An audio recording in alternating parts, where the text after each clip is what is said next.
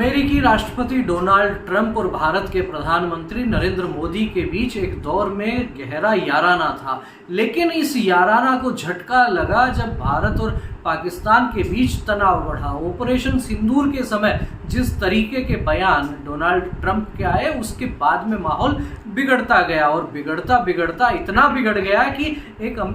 Germany के अखबार ने एक दावा किया है कि अमेरिकी राष्ट्रपति डोनाल्ड ट्रंप के 4 बार आए हुए फोन कॉल प्रधानमंत्री नरेंद्र मोदी ने नहीं उठाए। एक तरफ इस खबर के आने के बाद में भारत में मोदी समर्थकों का उत्साह बढ़ सकता है, वहीं विरोधियों की हालत इससे खराब हो सकती है। खास बात यह है कि उस रिपोर्ट में ये कहा गया है कि 4 बार डोनाल्ड ट्रंप ने फोन किया, लेकिन नरेंद्र मोदी ने फोन नहीं उठाया। साथ ही साथ अमेरिकी डेलीगेशन नई दिल्ली आना चाहता था, उसको भी मोदी के द्वारा रोक दिया गया। और ये जो नाराजगी है, ये नाराजगी इसलिए महत्वपूर्ण हो जाती है क्योंकि रिपोर्ट में ये भी दावा किया गया है कि जब डोनाल्ड ट्रंप ने भारत को डेड इकोनॉमी कहा, उसके बाद में मोदी की नाराजगी और बढ़ गई। ऐसा कहा जा रहा है रिपोर्ट के मुताबिक कि डोनाल्ड ट्रंप अब पिछले कई दिनों से जिस तरीके से अंतर्राष्ट्रीय स्तर पर एक देश अलग अलग देशों पर जिस तरीके से टैरिफ का दबाव बना रहे हैं,